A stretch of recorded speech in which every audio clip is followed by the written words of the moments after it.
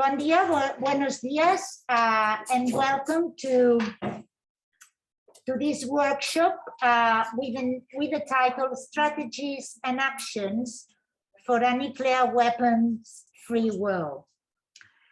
Good morning, grassroots activists and peace workers who are joining us in this workshop, either in person or online.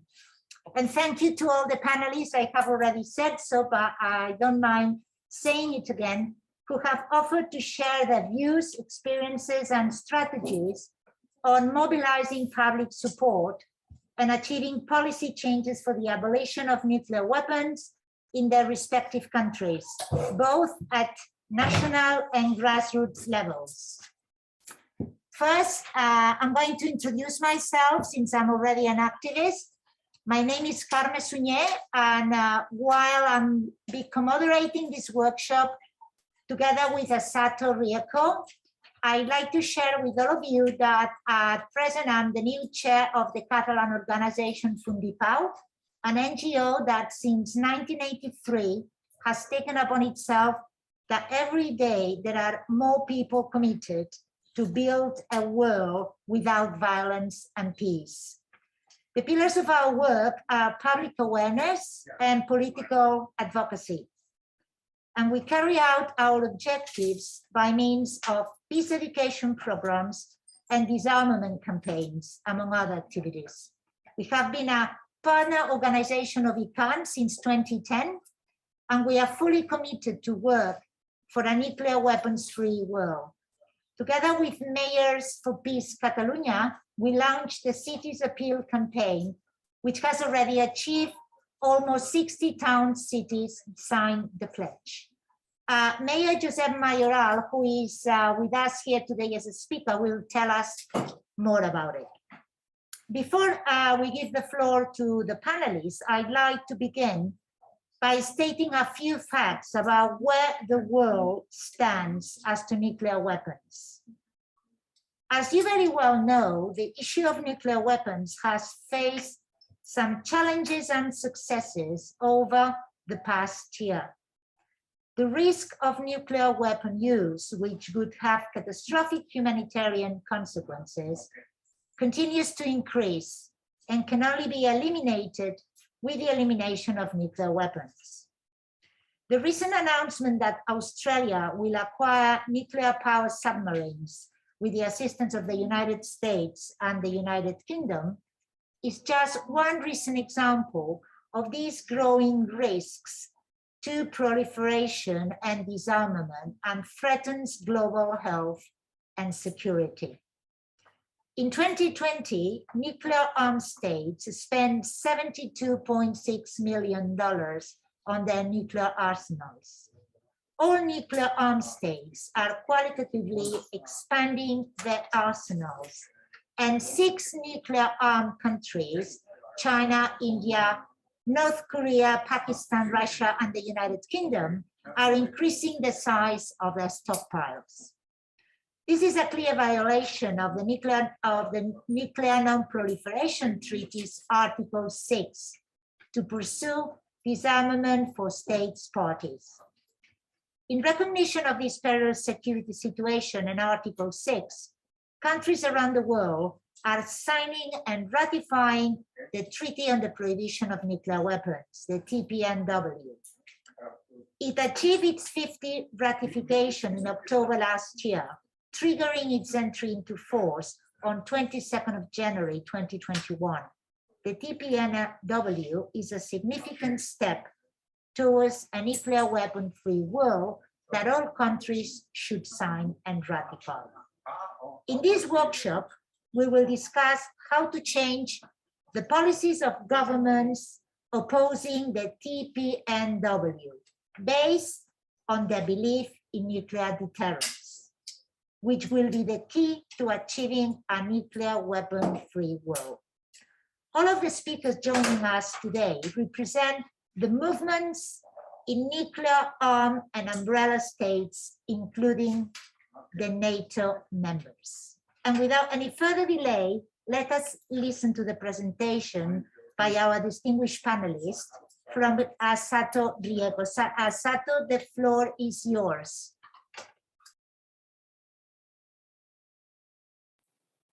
Thank you very much, Karime. Let me introduce myself. I am Asato Rieko. I'm working at Japan Council against atomic and hydrogen bombs. I've just been working for the elimination of nuclear weapons, and I'm working together with Tsuchida Yayoi, one of the panelists today. So in the first part of the workshop, we will listen to the presentation from each panelist about for 7 or 8 minutes to share their work and views and actions. And I announce the order of the presentations. The first speaker is Dave Webb from the UK. Second is Ludo de Bravandel from Belgium. Third is Kim Jinyoung from the Republic of Korea. The fourth speaker is Ralph Hutchison from the USA. And the fourth is Mayor Josep Mayoral y Antigas of Catalonia, Spain. And the last speaker will be Tsuchida Yayoi from Japan. So I want to introduce the first speaker, Mr. Dave Webb. And he is the chair of the campaign for nuclear disarmament in the UK. And CND is the grassroots movement comprising local groups, regions, and national organizations. Since its founding in 1958, it has worked to achieve a nuclear weapon-free world, especially to make the United Kingdom nuclear-free. He also serves the board of directors of the Global Network Against Weapons and Nuclear Power in Space. And while the panelists are speaking, we ask all of you to write in your comments or questions in the chat box. Okay, so Dave Webb, over to you. Thank you very much, Reiko. And thank you for the invitation to join the panel. As you say, I'm Dave Webb. I'm here representing the Campaign for Nuclear Disarmament, or CND, in the UK. As you're probably aware, things are not so good here in the UK at the moment. Following the removal of the UK from the European Union, Prime Minister Boris Johnson has been trying to create an image of a global Britain playing an international role. He's clinging to the military coattails of the US by sending warships to the Black Sea and the South China Sea, and has increased military spending, cut welfare and overseas aid, and increased the number of UK nuclear warheads by over 40%. Unfortunately, the leadership of the Labour Party, the main political opposition, raises few objections and continues to support the Trident nuclear weapons system and its replacement, even though the majority of party members strongly support nuclear disarmament. So how do we tackle this situation? Nuclear weapons are hardly ever mentioned in the media, and we have to work in many different ways to engage directly with the public on the imminent threat of nuclear annihilation, and we need to build support from all sectors of society. In the past, we've been able to reach the public through leaflets, street stalls, discussions, and protest demonstrations. However, COVID has forced us from the streets and onto the internet to rally support at a time when the climate emergency has become the major concern of most people. But COVID has also demonstrated how important it is to maintain an efficient and well-resourced health service, and our campaign for nurses, not nukes, emphasizes this point, and we are working to build support and alliances in political parties and trade unions, and with environmental and human rights groups. In January, we commissioned a national poll which showed that 59% of the British public supported the UK government signing up to the TPNW, and that 77% supported a total ban on all nuclear weapons globally. Both propositions had majority support across all ages, all regions, education levels, income brackets, and voting preference. We also had a webinar on Nuclear Ban is Here, What Next?, which discussed ways to get more involved in campaigning. One way is to pressure MPs by arranging meetings with them to discuss the TPNW, and CND is working with friends in Parliament to raise the issue there. MPs are being asked to sign an early day motion calling on the government to support the TPNW. early day motions are submitted by individual MPs to gain support for debate in the House of Commons. We're also conducting a petition calling on the government to get rid of its nuclear weapons and support the treaty. To work on a more local level, we've launched a nuclear ban communities campaign to bypass the government and engage local politicians in supporting the TPNW.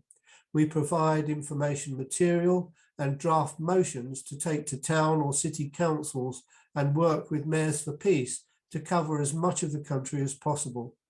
Some of the biggest cities in Britain, such as Glasgow, Manchester, Oxford, Edinburgh and Leeds, have now passed motions to support the treaty, and campaigners are working hard to get more towns and cities involved.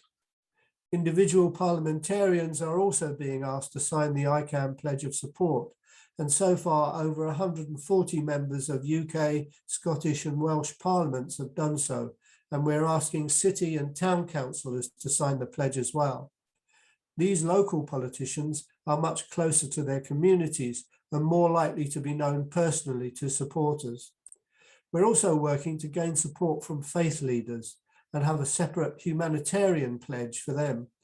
And we will also be holding a webinar to help supporters who are unsure about how to get involved with this campaign.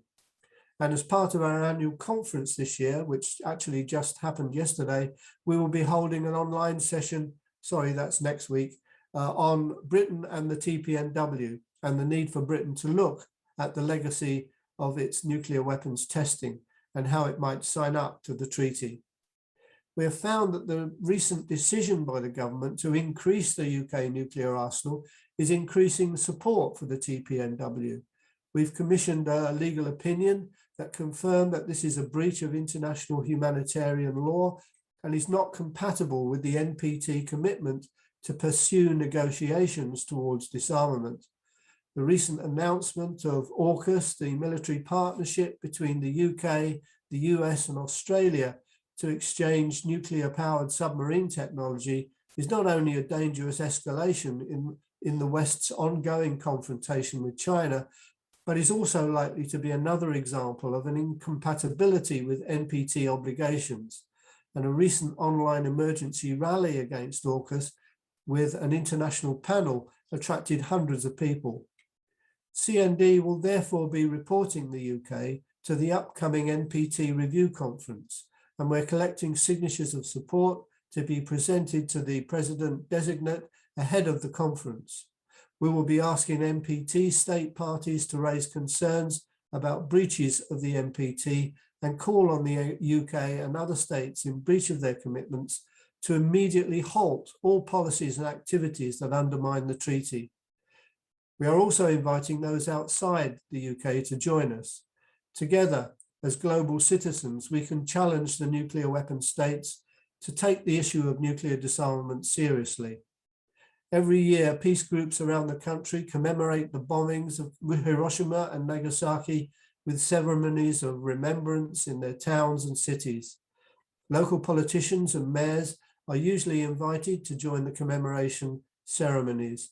It's very important to engage with young people as well, and Hiroshima and Nagasaki and the TPNW also form a major part of CND's peace education program, which engages thousands of school students every year.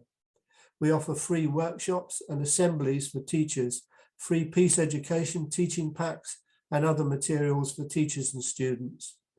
The situation is currently very difficult, but the urgency of our task requires us to work to gain support across a spectrum from citizens to government, and to build international unity and solidarity to form an unstoppable global mass movement that will eventually achieve a world without nuclear weapons. Thank you very much.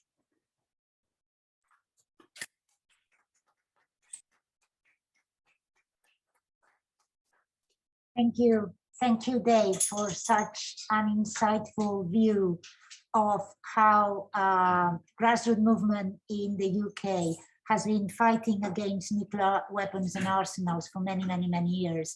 And if there's one thing we should learn from this pandemic, as far as activists is concerned, is that it has knitted us together, I think, in a much more closer world now. So I agree with you. The importance here is that we may and should make a global mass movement so that we are heard where we should be heard to stop this madness. Beatrice Finn, who was here for the inauguration of the Congress, she said, she posed one question: why should nuclear weapons be eliminated? And the answer was as simple as, because it simply makes sense.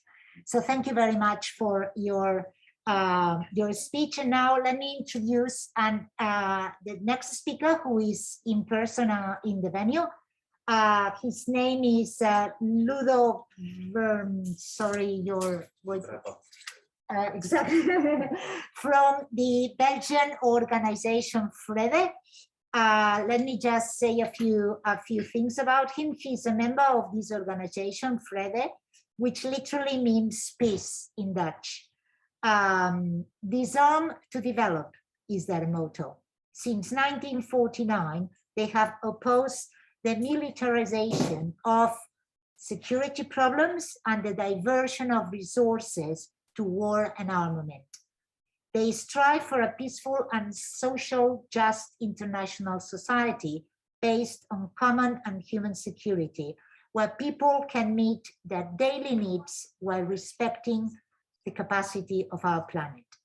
They are econ partners as well.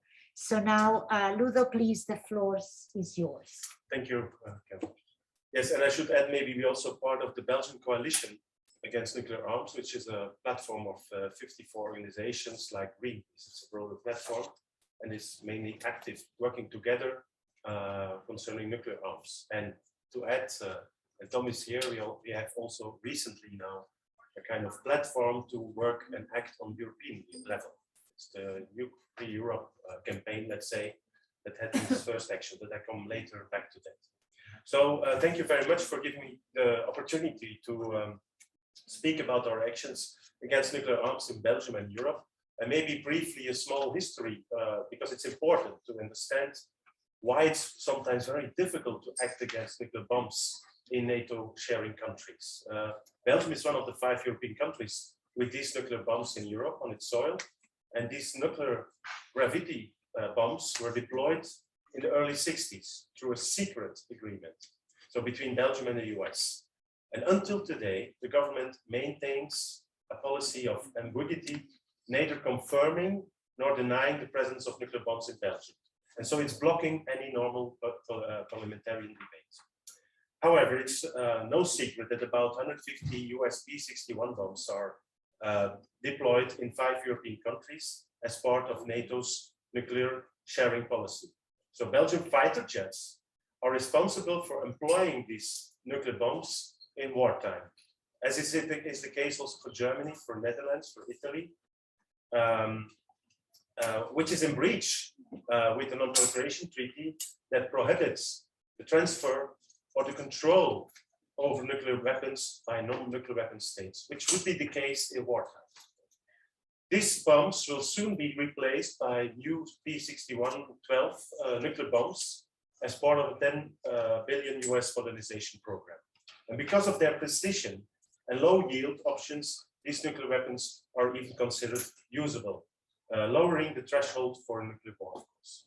So this all happens without any, and I emphasize that, without any official statement or public debate. And so it's not even discussed in the media, although probably from next year on, we can have these new bombs, but we will never, we don't know for sure. So the resistance against nuclear weapons in Belgium has a long history. Probably many people still remember the large mass mobilizations against the installation of nuclear missiles in various European NATO countries in the early 80s. And so my country was one of these countries. And in 20 October 1983, I was still very young, but I joined it. We were 400,000 people in the streets of Brussels marching in what became the biggest demonstration ever in the Belgian history. So it was a very important discussion that time. Despite all the protests, the government back then decided to deploy cruise missiles in '85. However, 2 years later, they were taken back to the US under the ENF treaty agreed between the US and the Soviet Union. And I think it's important because this agreement that unfortunately ceased to exist, as you know, after the withdrawal of the US in 2018 and then later Russia, was made possible due to the massive pressure from the peace movement in Europe and the United States. I think it's important to know that, or that we know that. Some 20 years ago, new actions were taken, and now I'm talking about Belgium again, this time against the US nuclear bombs at the airbase in Kleine-Proben. And during so-called bomb spotting actions, hundreds of activists crossed into the military base of Kleine-Proben. These are civil disobedient actions. And these actions brought the issue of nuclear bombs in Belgium back to the public and political attention. So in 2005, the Belgian parliament voted a resolution asking the government to take initiatives within NATO to improve the division, to take initiatives within NATO to discuss at least the nuclear task inside NATO. So the many actions of the peace movement ensured that at the beginning of 2010, a Belgian former NATO Secretary General, Willy Klaas, 2 former prime ministers and an ex-minister of foreign affairs made a remarkable appeal in an open editorial calling for the removal of tactical nuclear weapons from Europe. So simultaneously, Belgium, Germany, Norway, Luxembourg, and the Netherlands pledged to call for nuclear-free Europe at the 2010 NATO summit later that year in Lisbon. It was the NATO summit in Lisbon. However, the US and other pro-nuclear weapon states within the military alliance responded by declaring NATO as a nuclear alliance, and in the same summit in Lisbon, in its new strategic concept. And this was new, defining NATO as a nuclear alliance. A move that aimed to collectivize nuclear weapons as an integral part of NATO, and to silence critics by arguing that anti-nuclear weapon positions go against NATO obligations. That's a tricky thing they did in the summit in Lisbon. So with the entry into force, and I step further in time, of the Nuclear Prohibition Treaty, the TPNW, and the planned replacement of the nuclear bombs in Europe by P6112, new opportunities have arisen for the peace movement and needed opportunities. The TPNW is an important milestone in the fight against nuclear weapons. The international peace movement should be credited for. In addition to the anti-nuclear stance of the peace movement is shared by the vast majority of the population. And so various surveys recently, only a year or 2 years ago, show that the majority of the Belgian population doesn't want nuclear bombs in Belgium. According to a survey last year, 77% of the Belgian population wants to join the TPNW. Even when the US would exert pressure, was the question, still 66% of the population would be in favor to join TPNW. This is also the case in Germany, in Italy, in the Netherlands, and all the countries that all host US nuclear arms. The Belgian population's anti-nuclear weapons position was also translated cautiously into the recent government coalition agreement that was approved at the end of last summer, noting that, and I quote, Belgium will play a proactive role in the 2021 NPT review conference, so this had been postponed to 2022, as you know. Together with European NATO allies, we will explore how to strengthen the multilateral non-proliferation framework and how the UN Treaty on the Prohibition of Nuclear Weapons can give new impetus to multilateral nuclear disarmament. So it's a vague, cautiously definition of acting to the prohibition towards prohibition of nuclear arms in the world. Nevertheless, and this is of course policy, realistic policy as they call it, Belgium voted last year against the resolution in the General Assembly of the United Nations last December that welcomed the TPNW and asking countries to accede. So Belgium voted against it, and so did all NATO members. They rejected this resolution. NATO is, since last year, openly and before already openly campaigning against the TPNW and a global nuclear disarmament regime, claiming falsely that it's undermining the non-proliferation treaty. But the pressure from the US and NATO to maintain the nuclear deterrence is huge. So the Belgian government now is divided over the issue. Greens and Social Democrats, which are part in the government in Belgium, want to remove the nuclear bombs and the signature to the TPNW. But the Liberals and Christian Democrats, we have also always big coalitions in Belgium, want us to remain loyal to NATO's nuclear sharing policy. And according to the Greens and Social Democrats, Belgium will play a proactive role at the next NPT review conference, that is what they promise, postponed to the beginning of 2022, and pledge to work within NATO for a new policy on nuclear weapons. But it looks like these parties don't want to get the government into trouble over nuclear weapons. So the peace movement is campaigning to pressure the government to be serious about nuclear disarmament and to sign the TPNW with much local support. So this year, at the initiative of my organization and some others, at an International Peace Day, 21st September, 132 mayors of cities, most major cities, and also municipalities urged the government to remove the nuclear bombs from Belgian territory and to sign the PEN Treaty. And this summer, we launched also an official petition under the right of petition law to change the law from 1962, because this law made it possible that they made the secret agreements for the installation of nuclear bombs, so that the deployment of nuclear weapons in Belgium will at least need a parliamentarian consent. And I think it's normal. It should be normal in democracies that parliaments can discuss and of course can decide on having nuclear bombs in our country. Those actions happened under the umbrella of the Belgian Coalition Against Nuclear Arms, which is a broad alliance, as I told you, of peace movements, environmental and feminist movements, and also trade unions. And this is, I think, also what we should do in general with the peace movement everywhere in the world. The Belgian peace movement participates also actively in the European Nuke-Free Europe campaign against NATO's nuclear sharing policy and for the removal of all nuclear weapons in Europe.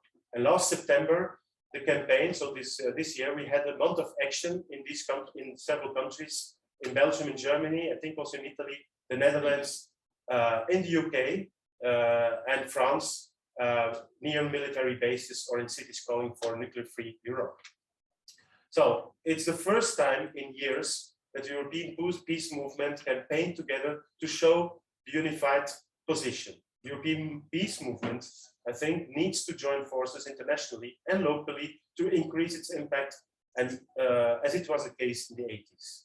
Still, even if many of these actions we had in September have been taking place on a modest scale, they are a first important step in expanding the anti-nuclear weapons movement in Europe in a crucial time, as we are witnessing increased international tensions in which more importance is attached to nuclear strategies. And to conclude, for the coming years, I think the peace movement faces the challenge of translating the huge anti-nuclear sentiment among the population. We have the support of the population, even when it's passive, but the challenge is to translate it into major mobilizations and political pressures. So I thank you. Maybe I was too long.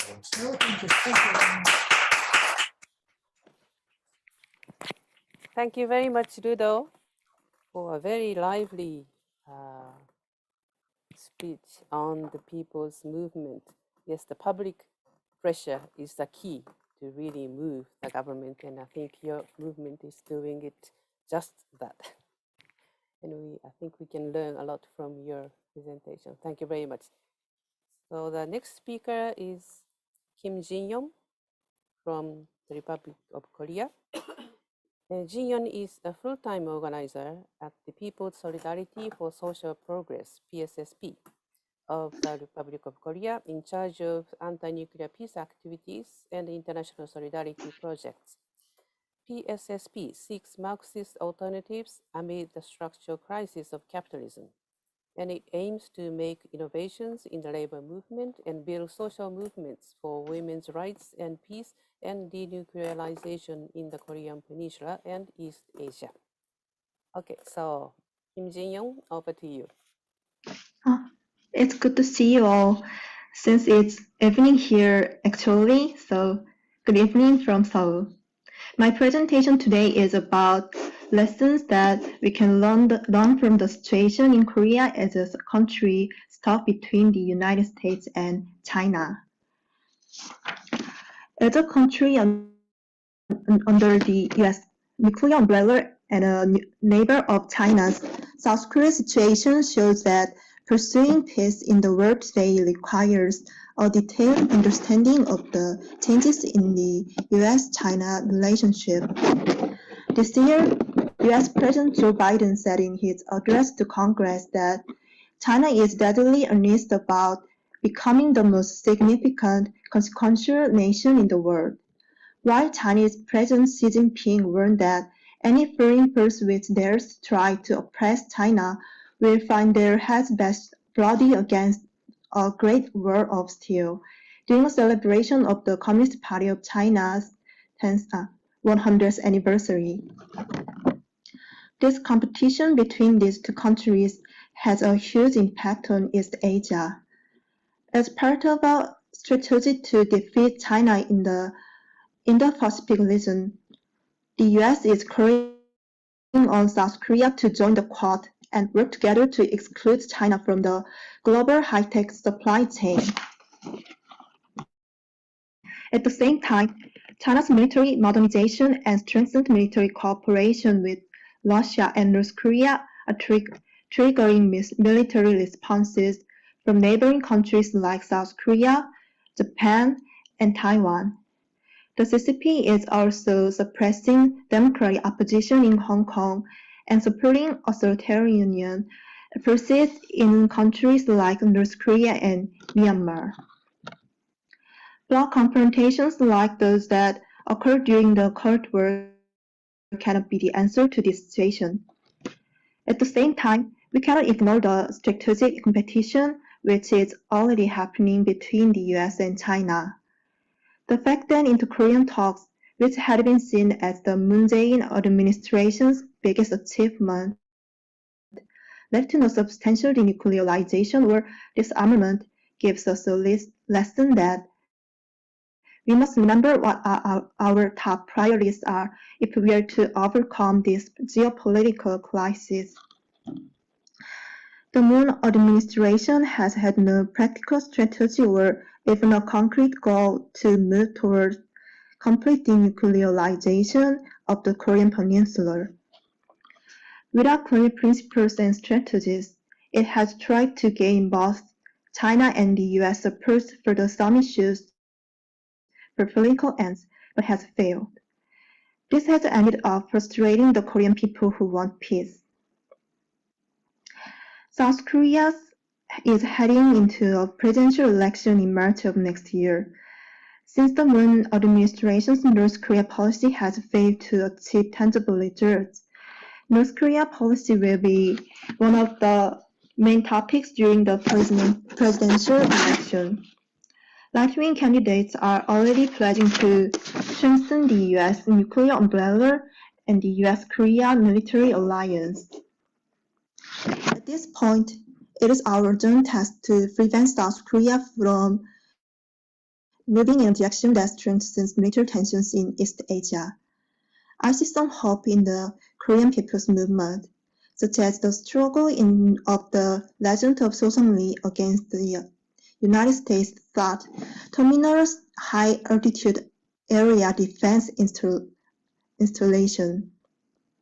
When the THAAD deployment plan was announced in the last administration, Democratic Party leaders at the time, including Moon Jae-in himself, promised to fully leave the plan if they took power.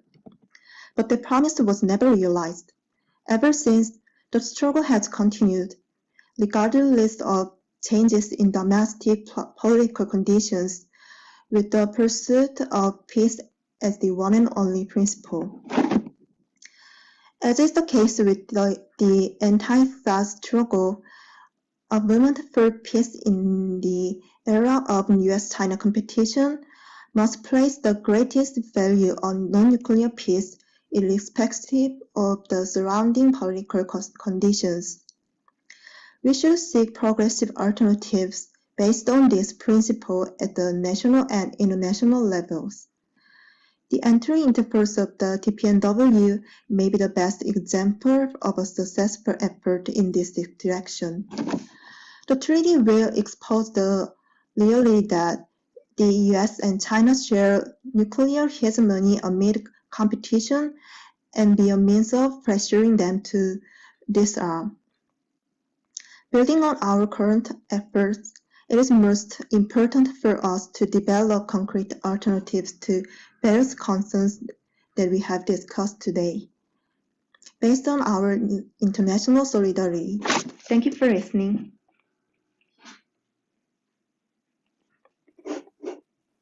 Thank you very much, Kim Jinyoung. I know that your country is surrounded by major nuclear weapon states, and South Korea is in nuclear alliance with the United States. It's a very similar situation like us in Japan, and it's a very complicated situation, but I know that the people in South Korea are working very hard to make your country nuclear free, despite all these difficulties. And we have worked together with the PSSP and other Korean organizations to hold the International Forum for Nuclear Free Korean Peninsula and Northeast Asia. And we really cherish the solidarity work that we have had in the past. Thank you very much. So next speaker is Ralph Hutchison of the United States. Yes. The Treaty on the Prohibition of Nuclear Weapons. Sorry, Ralph. I want to introduce you. Yes. Go right ahead. Excuse me. Sorry. Yes. So Ralph Hutchison has been the coordinator of the Oak Ridge Environmental Peace Alliance in Tennessee, USA, since 1990. He has coordinated dozens of actions at the Y-12 nuclear weapons complex in Oak Ridge. He has served on federal and state advisory panels on environmental and health issues at nuclear weapons facilities, and serves on the board of directors of the Alliance for Nuclear Accountability and on the coordinating committee of the U.S. Nuclear Ban Treaty Collaborative. He has participated in briefings on nuclear weapon issues in the U.S. Congress and at the United Nations, and his work for peace includes travels in Nicaragua, India, Japan, and Germany. Okay, over to you, Ralph. Thank you. So the Treaty on the Prohibition of Nuclear Weapons has one meaning for people living in the nations that have signed it. It's a binding legal commitment to abide by the terms of the treaty, both the prohibitions and the positive obligations. But for those of us living in nuclear weapons states and non-signatory states, the treaty is something different. It has no legal power, but it is a lever we can use to move our governments, because it has a moral power that does not recognize borders or require signatures. Now, that moral power is effective, though, only if we use it. My government, the United States government, is unmoved by the existence of the treaty. It can only be moved if we insist that the treaty is a moral imperative, a compelling commitment to life without the nuclear shadow. The treaty and those who are advocating for it provide wonderful tools. The focus on the humanitarian impacts of nuclear weapons opens a conversation that has, for the more than 70 years, been limited to claims of security and military necessity. In the age of the ban treaty, we should insist that every conversation about nuclear weapons now, whether by government officials or civil society, must recognize and include the threat of nuclear weapons to human beings and the environment. In the United States, we launched a small effort to recognize and celebrate the entry into force of the treaty last January. It turned out to be much bigger than we expected. More than 100 actions across the country. People are hungry for a new way to talk about nuclear weapons and a new path to disarmament. So we decided to try to turn that moment into a movement. And we have established the Nuclear Ban Treaty Collaborative that has 4 working groups drawing from people and groups across the country. This is not the only work that is being done in the US, but it is one way we are connecting to build our strength and use our resources collectively. One working group is focusing on universities and colleges that have ties to nuclear weapons production. This working group is strongly supported by ICANN. Together, we have launched the University Pledge. Initially, it is for people in US schools, but ICANN is working to expand it. This pledge is a starting point. It can be used to educate students, faculty, administrators, alumni, and others about how their school is contributing to the existential threat of nuclear weapons. Those who sign the pledge are taking a first step. It can also be used by students to address the investments of their school's endowment, to withdraw investments in companies and financial institutions that are building nuclear weapons.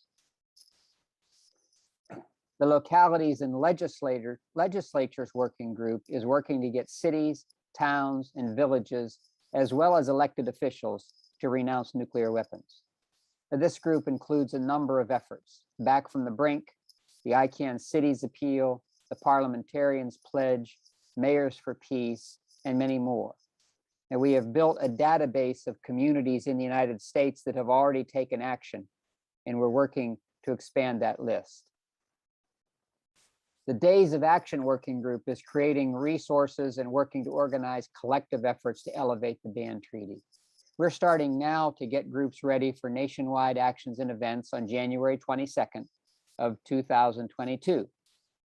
This working group includes people from nuclear weapons communities across the United States, from military communities, from national organizations like Veterans for Peace, and many others. In August, we worked to make sure that Hiroshima and Nagasaki commemorations included the TPNW and the voices of affected communities, Hibakusha, Downwinders, Pacific Islanders. The 4th working group is the Affected Communities Working Group that is currently developing its focus and its strategy. It's critically important that all the voices be heard as we move toward the abolition of nuclear weapons.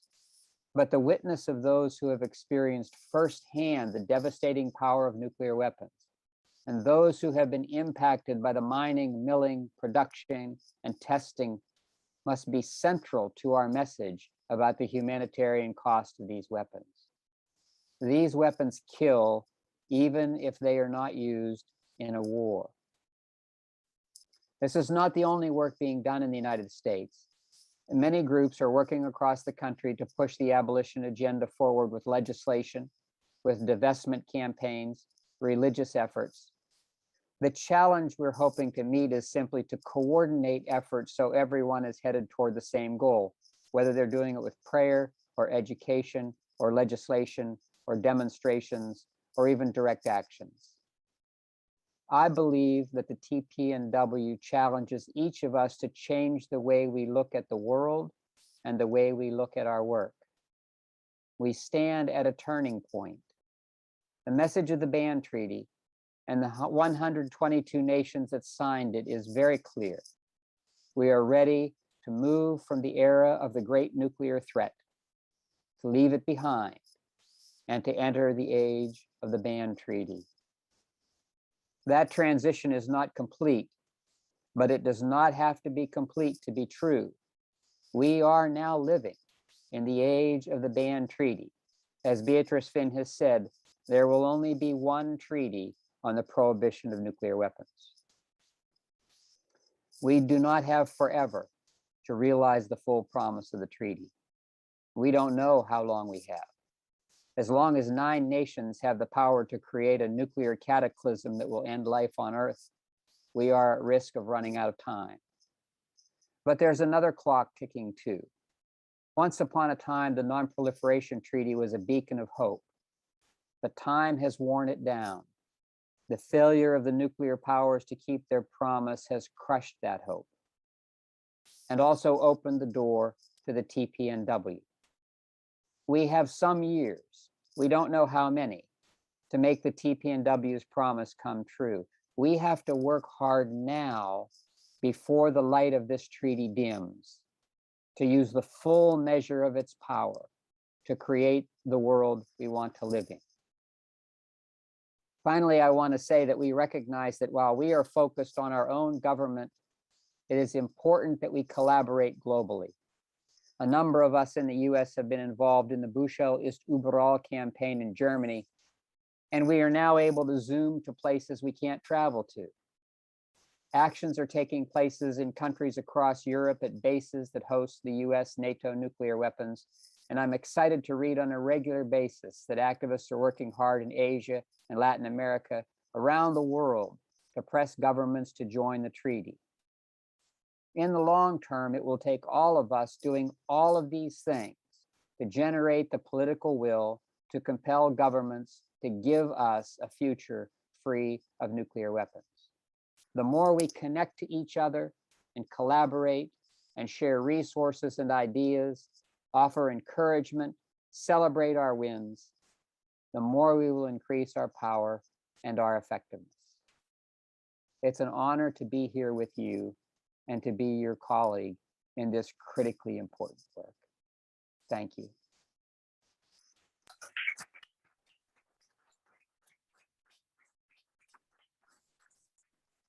Thank you very much, Ralph, for sharing with you not only the situation in the United States and how the anti-nuclear grassroots movement is good and sound and working very well from as far as I know. And as you said, one thing is the TPNW in the countries that don't have nuclear weapons, and something else is for the countries that do host nuclear weapons, or like Spain are under the umbrella, is one of the umbrella states, even though we are not in the same situation as Belgium that they host nuclear weapons, but still, I mean, I think that joining our forces and trying to lobby our governments to sign the treaty, but you know that in March there will be the first state parties conference in Vienna. So trying to make our governments at least to attend this first meeting. Only last week I came out that Norway, which is a NATO country, is joining the first state parties conference. So that's good news. And let's see if taking the lead of Norway, we can strengthen our views and make our own governments join as well. So thank you very much for sharing all this with us.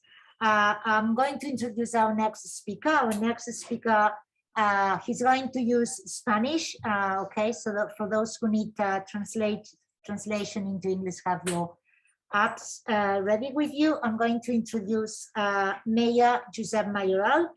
Josep Mayoral has been mayor of Granollers, which is a town in the province of Barcelona, since 2004.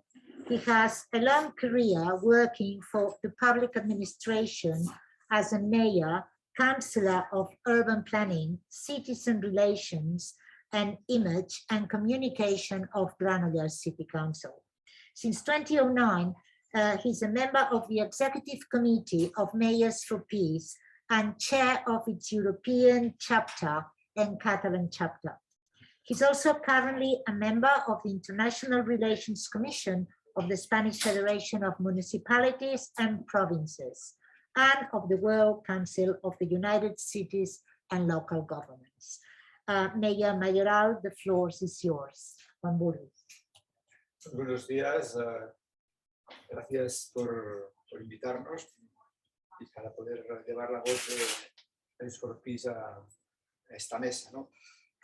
Muchos de ustedes lo sabrán, Mayors for Peace fue creada en el año 83 por el alcalde de Hiroshima con el objetivo central de eliminar las armas nucleares. Esta asociación ha ido creciendo, hoy tiene unos objetivos múltiples, siempre vinculados con el desarme, con la paz, con la dignidad, con la justicia, con todo aquello que hace que este mundo sea profundamente injusto y que genere situaciones de violencia, ¿no? El objetivo inicial, como decía, era precisamente la lucha contra las armas nucleares. Hoy esta asociación tiene ya 8.000 municipios todo el mundo que agrupan I think Spanish interpreters has to mute themselves. unos 1.500 millones de habitantes. It's muted. Spanish interpreter's voice. No sé. Perdona, no se't sent. Clar, perquè m'he tret el micro, com que em rebotava. Ja, i llavors què fa? Però clar, si jo mute aquí no et sentiran. Però ell, per exemple, ha parlat i no... Però ell ha parlat en anglès, no? No hi havia... Sí, però dic perquè s'escolti. O sigui, a ell se l'escolta des d'aquest... Hello, can you hear? Yes. Can you hear me okay? 1, 2, 3, can you Yes. hear Mayoral? Is the sound okay now? Yes, I can now hear the English Okay. translation. Yes. Sorry, there were some problems with the translation. The connectivity wasn't very good. Okay. Spanish translation. Are you okay now? Are you getting the Spanish translation? Okay. Okay, so go, please, Torna a començar. sisplau, torna a començar. Agradecer la invitación I'm para again representar alcaldes por la paz también aquí. saying I wanted to thank you for the invitation. Este nivel y con este nivel de debate especialmente, ¿no? Recordar, para quien no conozca la organización, que Amics for Peace fue creada en 1983 por el alcalde de Timely time. El objetivo principal era la lucha contra las armas nucleares, era la respuesta desde el municipalismo al silencio de los estados. The main goal was Los gobiernos locales. to fight against ¿No? from Interruption all the time. Yeah, but there's very little I can do from here. I mean, the interpreters are somewhere else. I don't know how to handle this. I don't know how to handle this. I think the sound of the interpretation is not good. You are not, those of you who are online, you are not getting the Spanish translation, the English translation for what Maya is saying. It's spotty. Rieko, Yeah, it's really spotty. I don't know. jumpy, it Yeah, jumps. right, yes. Can you speak again, interpreters? I'm going to see the technicals. Carme, parlo més a poc a poc. És que no crec que es depengui d'això, estic sap molt greu això, de veritat. Que si has de començar per tercera. Están preguntando por el si se oye el canal de español. Can you listen? No, el de español. Decirle que sí que se oye. Sí, sí. ¿Y a quién se lo digo? Porque a mí no me lo pregunta nadie. Sí, no sé cómo, pero decirle que sí, porque igual cambia, a lo mejor el traductor se pone... Is the English channel working? Can you hear me on the English? Rieko. The English interpretation working? Yes, I can now Now hear. you can. Okay. Oh. No. Now the Carmen's voice I cannot hear. Oh, I'm not muted. Well, let's see. Let's start. Start again. Let's start again. Can Maya, please. No, sembla ser que ara sí, no? It works now. I don't know. It worked in between. Okay. Can I hear the English sound, English voices from the interpreter? And what are they asking? Yes, hello. This is the English interpreter on the English channel. Can you hear me? Is this Now- okay? Yes, it's okay? Yes, now I can Good. hear. Okay. So you can speak in Spanish and Catalan, no problem. So I will repeat, okay? Spanish or Catalan, what do you prefer? Spanish? Okay. I was saying that I am delighted to be here sharing this morning with you. And I was presenting the organization Mayors for Peace, created in 1983 by Hiroshima to give a response to the problem. I suppose the local world sometimes gives an answer to whatever the big states cannot face or manage. It's been a growing organization, growing in members and growing in goals. It's 8,000 members representing 2,500 million people. So it is quite a representative organization. We are also collaborating with the United Nations as consultants with the United Nations. como lobby para reivindicar el proceso de eliminación de armas nucleares. For the non-proliferation of nuclear arms treaty, and among our clear objectives, a year and a half ago, Europe created a network about 3,000 cities where we started working together with ICANN in order to involve the European states into a favorable resolution for the non-proliferation of nuclear arms. Let's remember that in Europe we only have 5 countries: Malta, San Marino, the Vatican City, Ireland, and Austria, that have signed this treaty. So our goal, our Cities Together for Peace, have become involved in trying to obtain as many signatures from as many states as possible so that the treaty will be approved, so that it will be ratified. Mayors for Peace, the European Mayors for Peace, is taking action in all countries, as we heard also from our UK representative, who was telling us about the situation there. So this is our mission. Our second mission is to generate European initiatives that will throw light on the situation of nuclear weapons in Europe.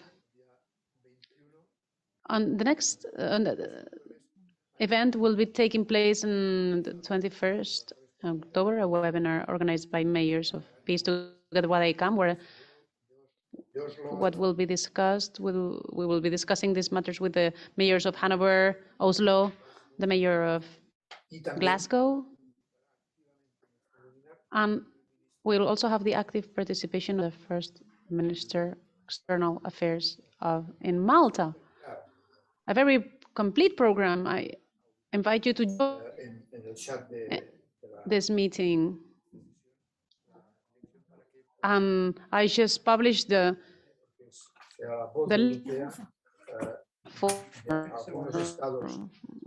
event in the chat box of this Zoom call, so you can see it there. And this is what we're trying to do in order to demand our governments to carry out this work. We have also addressed ourselves to the European Union, to Mr. Josep Borrell, of course. We're trying to establish a dialogue with the European organs and entities, to the Council of Europe and to the Parliament, the European Parliament. We got an answer from Borrell, but not yet from the European Parliament. We will insist. Fourth thing we're doing, to promote in our cities culture of peace, an essential thing to do. The value of peace in our communities. When talking about education for peace, it's not just education in the schools, but it's the whole city that will be able to make this culture of peace grow in every square, in every street, in every home. What is the current situation in Spain? The campaign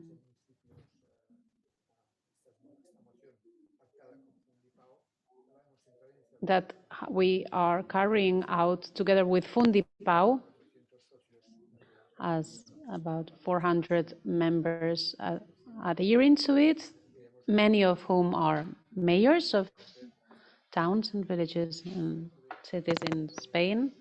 So we are first moving and working in these fertile grounds, and then hoping that this will be extensive to the rest of the towns in Spain.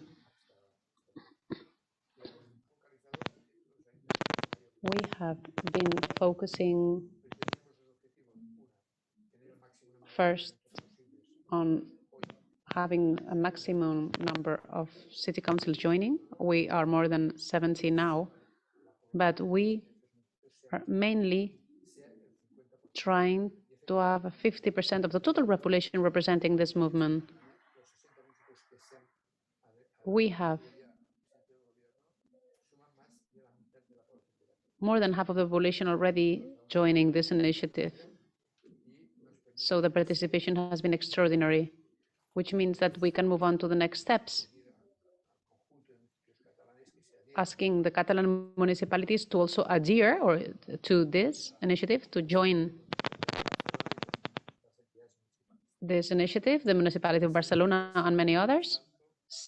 And then next, we need to take a leap toward the whole Spanish state.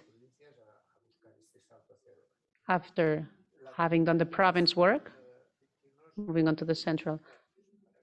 After that, we would like to involve the trade unions so that they will take an active part in this. It must be remembered that the Spanish Parliament approved or passed last December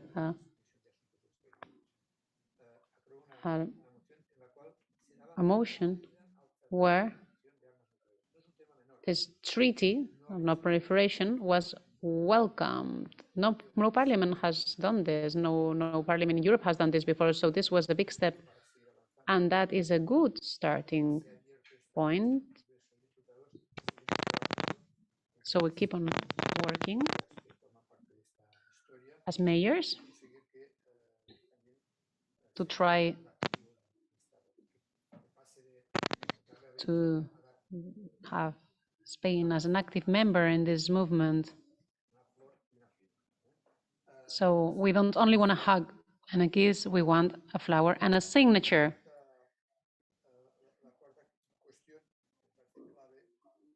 The fourth key question for me would be to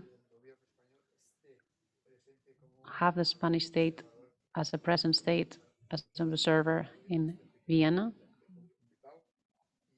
to have the Spanish state's presence in Vienna. And we will resort to everything we can think of to have Spain there. The good news is that Norway will be there. That's an open path. Maybe Sweden, probably Sweden as well, and others, but this path is open now. So it will be important to achieve that within the next 3 months, so that the Spanish government will want to be there. So we are mobilized. We are actively working in this network of cities with all the strength of the coalition among cities and civil society movements. So I think this is a long movement. The time that passed between activism was started for the cancellation or prohibition of chemical weapons, the time that passed between that and the time it was actually, they were actually prohibited, was a certain amount of time, and it will be the same here. We'll try to make it as short as possible.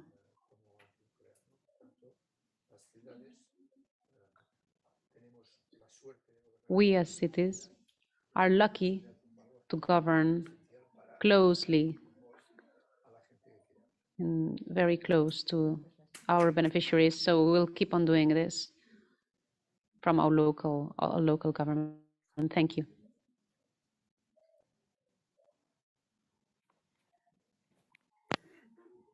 Thank you so much, Mayor Mayoral, for very encouraging statement about the the activities of local municipalities and as the head of the Mayors for Peace initiatives. I think local municipalities has a very important role to play because they are the closest to the people. And I think people are working very hard. Also in Japan, we have many local municipalities which have already adopted the resolution to urge the Japanese government to sign the appeal. And this initiative is really similar to the city's appeal of ICANN. And I think it's really spreading not only in Spain or in the United States, but in many countries. I think this kind of grassroots pressure from down below is very effective and very important to really move the central government.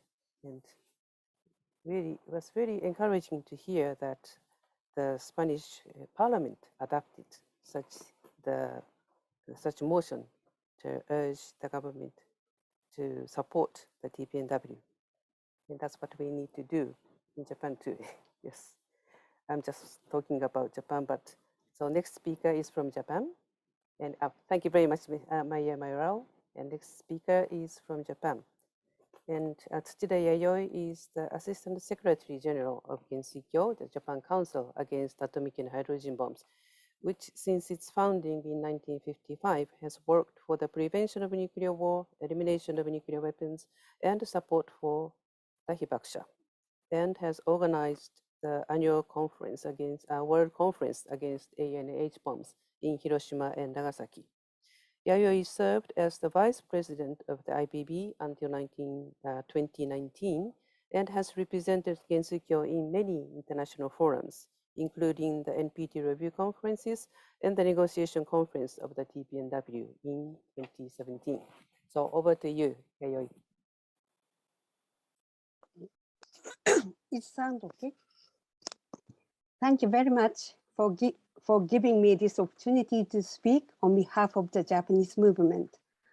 In 2022, we will have the NPT review conference in January and the first meeting of state parties to the Treaty on the Prohibition of Nuclear Weapons in March that are decisively important to determine the future of the abolition of nuclear weapons. Now that humankind is threatened with extinction by nuclear weapons and the danger of use of nuclear weapons is increasing, we have to develop our movement drastically towards these opportunities to open up the prospect of nuclear abolition. Towards these events, we are determined to put ever more pressure on nuclear weapon states and nuclear umbrella states, including Japan, to fulfill the obligations of Article 6 of the NPT and the agreement to eliminate their nuclear arsenals. At the same time, we urge them to face the TPNW seriously as international law and achieve a total ban on nuclear weapons. For this purpose, what should we, peace movements, do? In a new state that nuclear weapons are prohibited by international law, we should increase the effectiveness of the treaty by making governments sign and ratify it in each country. Each additional treaty accession is an opportunity to demonstrate that the international delegitimization of nuclear weapons is getting bigger and clearer, and to strengthen pressure to actually and seriously implement the disarmament obligations to which nuclear weapon states are bound to by the NPT. Let us develop the TPNW campaign in each country, bring the achievements together to these occasions to drive them into a corner.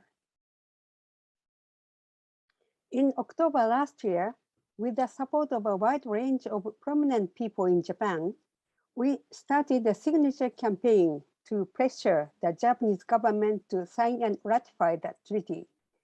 To make it do so is the responsibility of the Japanese movement. The signature campaign is to build up an overwhelming majority of public support for this aim.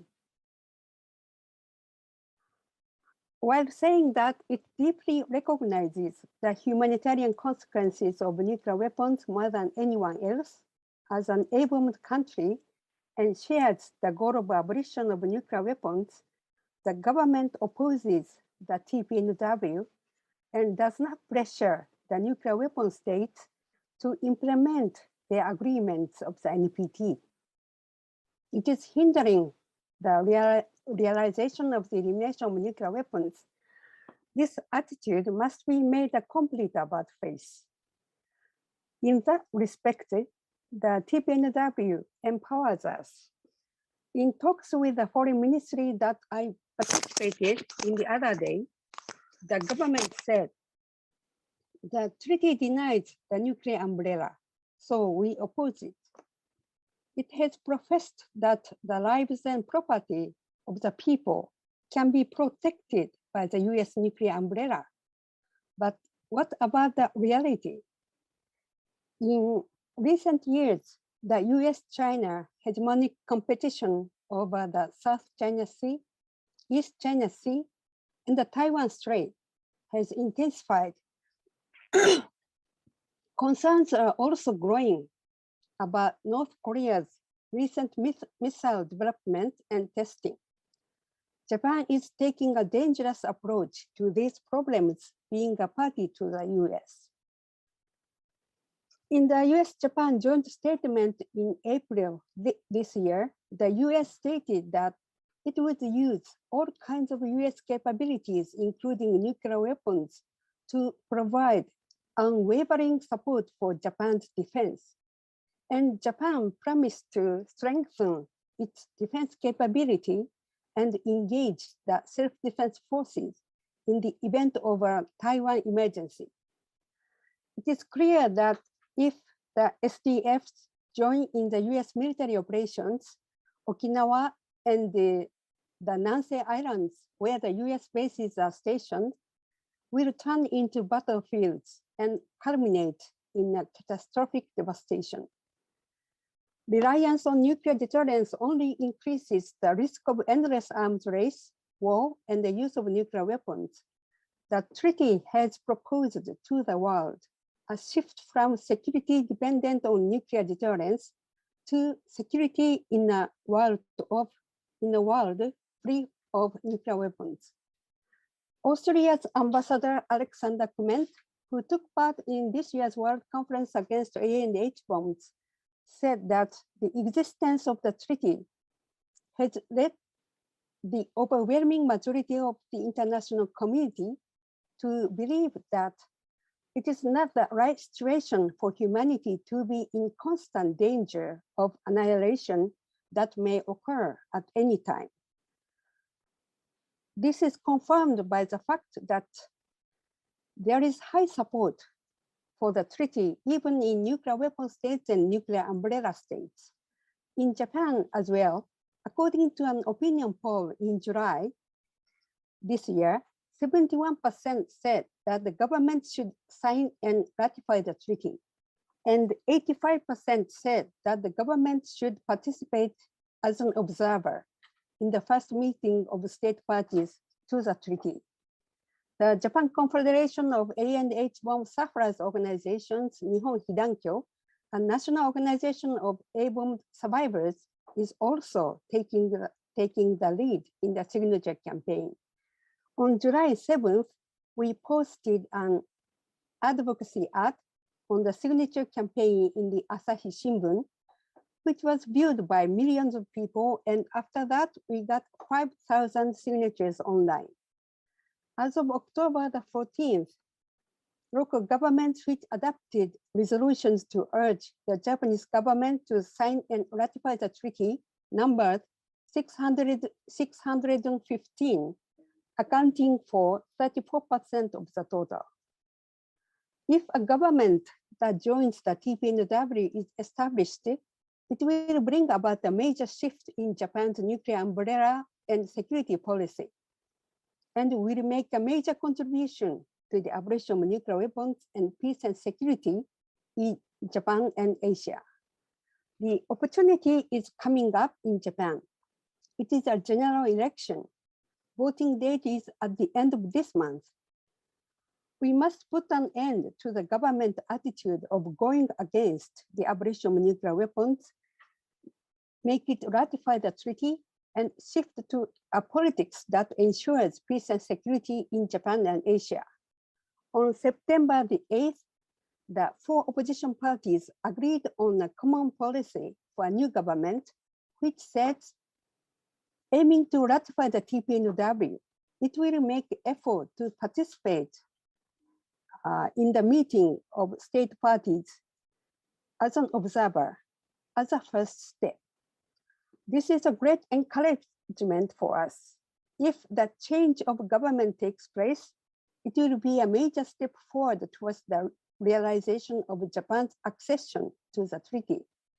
In order to make this issue an important part of the electioneering, we are strengthening the signature campaign and taking to the streets to appeal for the need of government change.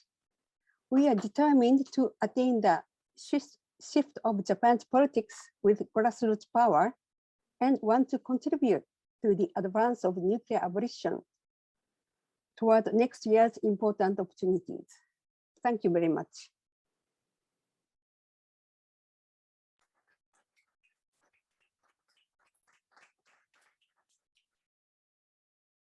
Thank you very much, Mrs. Tsushida Yayoi, for your views on the situation in Japan. Being Japan the country where the first nuclear bombs were dropped in Hiroshima and Nagasaki, the leading role that your country plays on focusing and highlighting the humanitarian consequences that any minor small nuclear explosion would have these days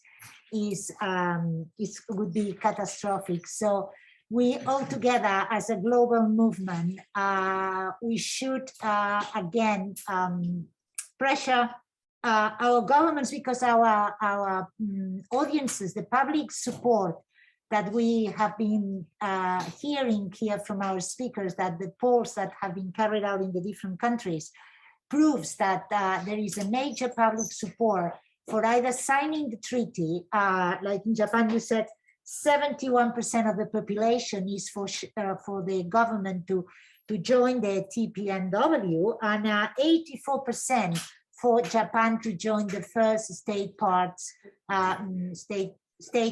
conference next March. So in European countries, we have also seen that there's a majority of public support for the treaty on the prohibition of nuclear weapons. So we should all very clearly state and work towards uncovering the deceit that this nuclear deterrence, which is the major, I would say, excuse that the nuclear countries and particularly the NATO countries are using for keeping being a nuclear alliance, as they say, whereas the Article 6 of the TPN states very clearly that the main work and goal should be nuclear disarmament. So we've got lots of work to do globally, and we'll keep working and trying to make that more and more countries get on board, starting from local to global. So let's put it this way. We are undeterred and we will keep working. Thank you very much. Let me now just explain how the questions will work. I will be managing the first part of the question making from the venue, so from the people here who want to ask questions. And then Rieko in Japan will take over from people in Japan, mainly with Japanese questions, so that she can translate into English. Now, every time someone has a question from the audience, you will allow me that I will need to repeat the question, because if you ask the question and the audience, which is online mainly, can't hear anything, okay? So, and I will ask you to be concise and precise and very direct. If you have the questions directly to any of the speakers, you just say so. Otherwise, we'll see between Rieko and myself who will answer each question. Okay, so any questions from the venue? Yes, okay. Yes, my question is to the European participants, the member of the European Union. Do you think we can make pressure on our governments? They send observers to the Vienna conference. We have 3 EU countries which have ratified, Ireland and Austria and Cyprus. No, Malta, Ireland. Yes, and it can be possible too to have an observer of the European Union. I think they can ask for the diplomacy of the European Union to be an observer at Vienna in the European Union, on the territory of the European Union. And I think we have in all our countries in Europe to make pressure for observers. It would be a first step like our Japanese friends. Thank you. Thank you very much. I am Alain Rouy from the French peace movement, le mouvement de la paix. Welcome. Karime, I think that's already been translated by the interpreters, so you don't have to. Yeah, no, it's not translating. It's that the audience who are online apparently can't hear when the audience in the venue are asking questions. I was told that yesterday on a previous, so I would need to repeat the question very briefly. He's mainly asking to the European representatives here, so to Ludo and the mayor, how from the different European countries we can pressure our governments to take part in the first meeting of state parties in Vienna, and how can we even make the European Union as a body, the European body, be present in that conference. So I will allow either Meya, Mayoral, or Ludo to answer the question. Okay, so that yours is the floor. The floor is yours. Desde Alcaldes por la Paz. From Mayors for Peace, we've had to make a formal request to the representatives of the European Union and to the President of the European Parliament. I'll translate because apparently the interpreters are not translating the answers. The Mayor Mayoral is saying that he commits himself to make the petition to the European Union representative, Josep Borrell, to attend the first member state parties conference in Vienna. Ludo, would you like to add anything else? Yeah, I want to say, European countries. I know there's from the Greens, I think, and maybe other fractions, there have been questions posed to have Europe as a regional observer, which is according to Article 8 in TPNW, that the regional bodies can also be an observer in the.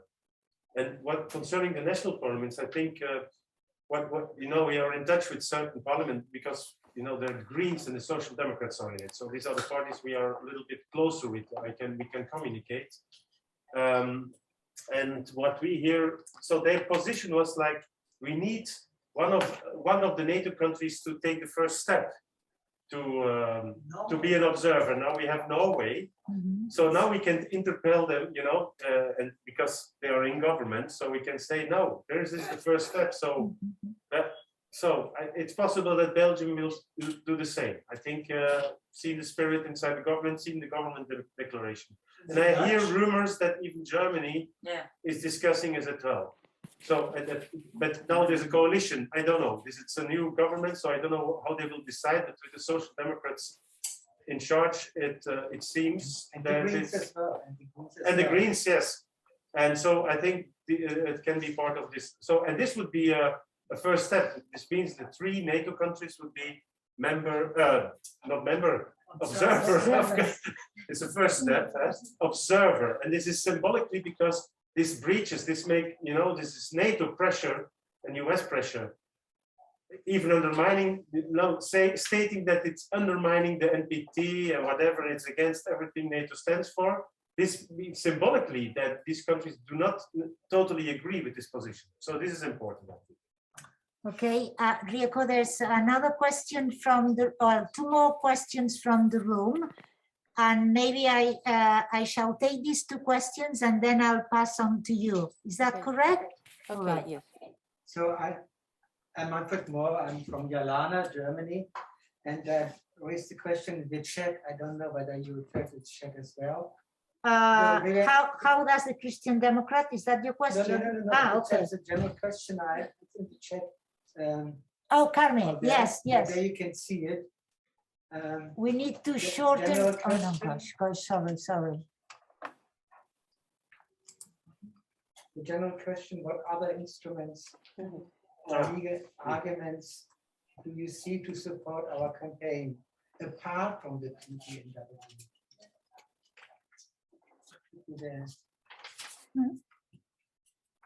Not below. It's not. But it's mine anyway. May I repeat? Yeah, I saw it. Yeah. You've got it. I've got it, David. Yeah. Okay. Yeah, but they should. I should repeat your question for them. Yes, but I have it in the chat. Yeah. I heard it. I think we heard it. Okay. Okay. Yes, Okay. Well, Dave has his hand raised, so probably he would like to answer the question. Shall I allow? You want to say something? I have something to say about Okay. Yes, may I but say one more sentence, please? In the background, asking for other instruments apart from the TPNW is that, from my point of view, also in this room and also in our campaign, we are focusing on the TPNW ratification, etc., which is good. This is one tool to get to a nuclear weapons-free world, but that's the only tool. The risky thing being, if we only focus on the TPNW, we lose all other legal arguments like IHL, human rights law, environmental law we already have. And then the mayor comes in and says, okay, we have to wait for some more decades to come and we reach a nuclear weapons prohibition like the chemical weapons. So fairly, do we have to wait that long? Or as Richard says, in nuclear weapons states, we only have moral arguments. I think we also have legal arguments. So just see the complex picture. Okay, so Ludo is going to say something about this question, and then oh, Dave, you've lowered your hand. Okay, I'll keep it up. Yeah. Okay, so after Ludo, I'll give the floor to you. Okay. Okay. Go ahead. Well, a few words to that. I mean, first, there are many instruments, and you're right. We should use every possibility means to pressure. And I think one, at least in Belgium, also, I think it was mentioned in one of the sessions this weekend.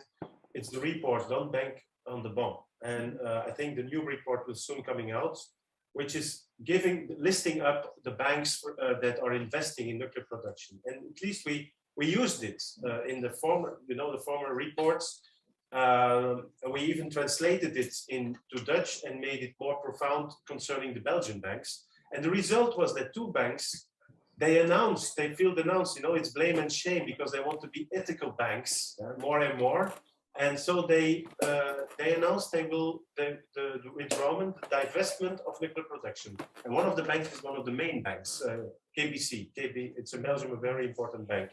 And they even refer to the TPNW because we said, there is a TPNW, nuclear arms become illegal. So, and it will also limit your possibilities investing in other countries, if you, whatever.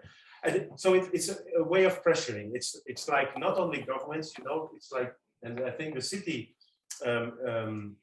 what we did, like every year we asked the cities or the municipalities to join a call to sign the TPNW.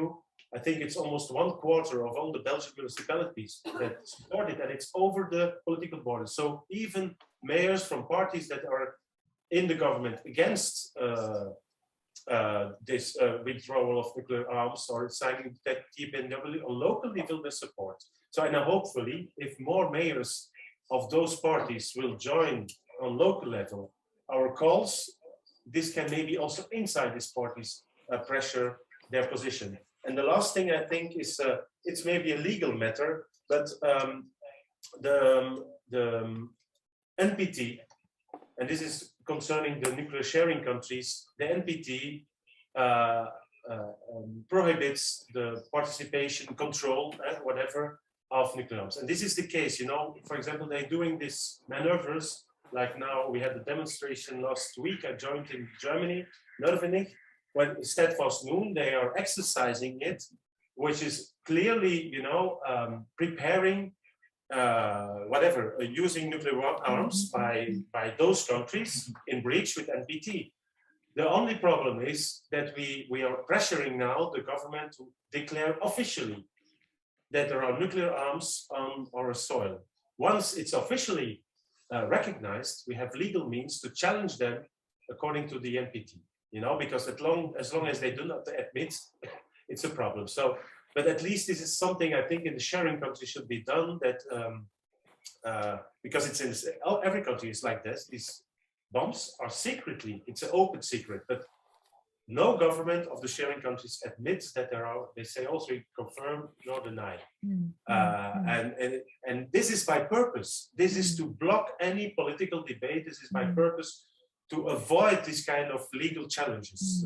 And so we're trying now to look if, you know, if your nuclear centrals, you know, nuclear energy, they have all security plans in case there is something happening, like in Fukushima. I don't believe that it will happen anyhow, but there's, you know, there's a security plan. And that's why we say there are nuclear bombs, or if there are nuclear bombs in the military base in Belgium, is there any security plan? You know, it doesn't. So it touches our security, it touches our interests as a citizen. So we are now looking if we can go to court, whatever, to address that, you know, that we want to know if there are nuclear bombs, then, you know, we need a security plan, so you have to admit it. This is something, well, these are a few examples. Dave, to you. Yes. Yeah, okay, thank you. Para ti, Dave. Sí, gracias. Okay, what Ludo has said is very important, and we've done similar things in the UK, tried similar things about de-investing from nuclear weapons and saying, look, these are going to be illegal soon, or they are illegal now, but they're going to be illegal in this country soon. So, you know, this is a waste of investment. And sometimes that does ring bells and does have some effect. Also, not just banks, but pensions and so on, where a lot of money is being invested in these things. So I just wanted to say, I put in the chat a link to the legal opinion that CND commissioned about about the UK breaking the NPT treaty.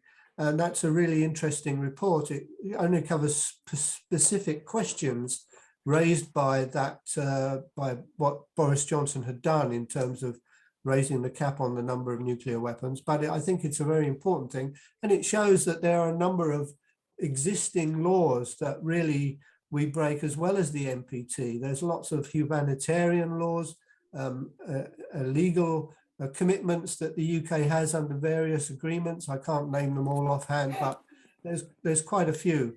And also, there are environmental laws as well, international environmental laws that prohibit, you know, excessive devastation to the environment.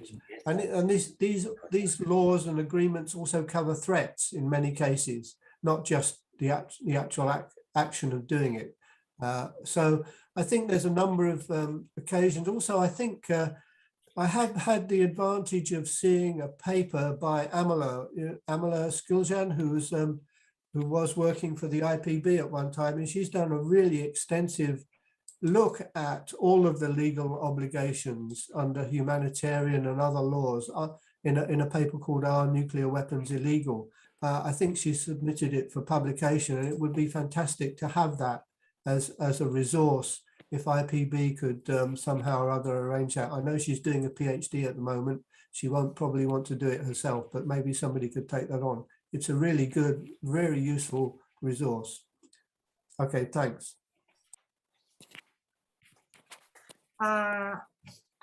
Rieko, Sean has just come in telling me we've got 2 minutes before closing the session because the plenary needs to start on time. So shall we take a question from your end and then we close the session? Right. Yes. Okay, very quick, very quick. Yeah, very quick. I think there are two questions, but one was directed to Ludo, asking how the Christian Democrats in Belgium can go against the bill of the Pope for the abolition of nuclear weapons. And the other one is about is there any illegal documents or instruments we can see to support our campaign apart from the TPNW?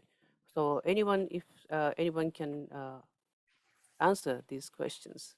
The first one is to Ludo, but the other one. Yeah, we have only 2 minutes, so very fast.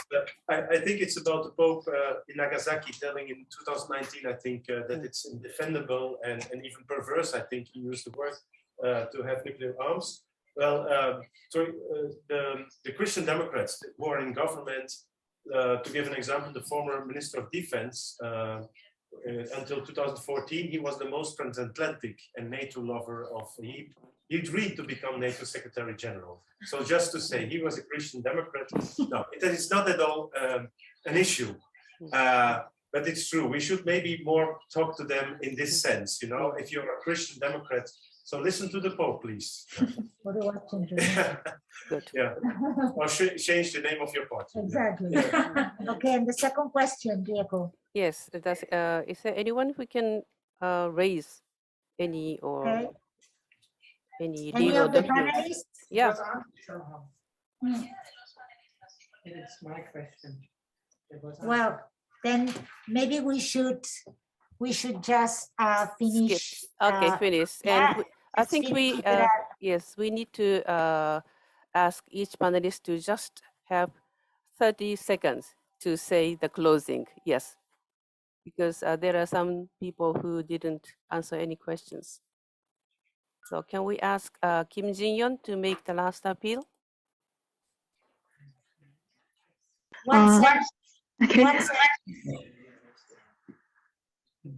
At the workshops like this one, I feel that the situation in Korea is somewhat different from other countries here because the anti-nuclear movement is very weak. So that's why I'm sorry I cannot tell you a lot of hopeful stories at the today's workshop. But as I said in the presentation, it's not hopeless. If you are with Korean citizens who want peace, the hope will grow even more. Thanks. Thank you very much. So Ralph, please. Thank you. I would just say it's really inspiring to hear all the activities that are going on around the world and to be a part of this collaboration. I think the more that we can strengthen the collaboration, the closer we'll come to succeeding. Thank you. Thank you very much. So now, Dave, just one word. One word? Peace. No, I think, sorry, I think it's really important to just keep on. And I know that we all have different environments in which we're working. Even in one country, we have different places where things are different. So we just have to generate our own energy, generate our own power, but join internationally because we are a massive movement and we can do this thing. Thank you very much. So Meya Mayoral, just one sentence, closing. Trabajar en red para... Working as a network in order to make what seems impossible possible, to render it possible. Thank you very much. Ludo, 2 words. Yeah, I said already much. Well, I think we succeeded already having making a few steps, and I'm very optimistic that the movement against nuclear arms will enlarge. I'm optimistic in that. So, and we'll see in a few years if this will happen. But we have to work for it. Well, that will wait too long. Absolutely. Thank you very much. Okay, so Yayoi, you're the last.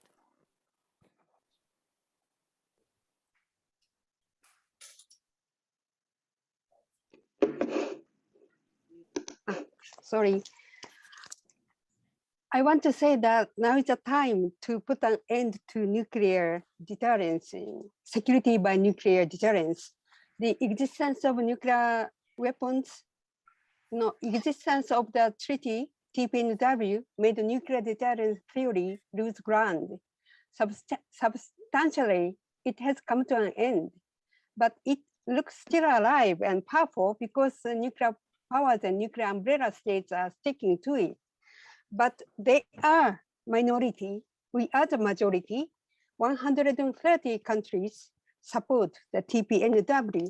So we focus on the struggle in each country, but as our friends said, let's work together and let's see next year in the important meetings of NPT and the first meeting of TPNW. Thank you very much. Thank you, Yayoi, very much. I think your concluding remarks is the concluding remark for this workshop. Yes, thank you very much. So thank you very much for all the panelists and all the staff people, interpreters, and the helpers on our technological side. So you are great help. Without you, how can we have this workshop? Thank you very much. You are absolutely right. Thank you very much for all the people who joined. Thank you. Harume? Yes, no, I just want to say thank you to all of you for your patience. We were late in beginning. For the public also being patient for the interpretation, technical problems, and I think it's been successful. We've gathered lots of positive energy from this workshop, I think. So I hope we'll see each other soon. Goodbye.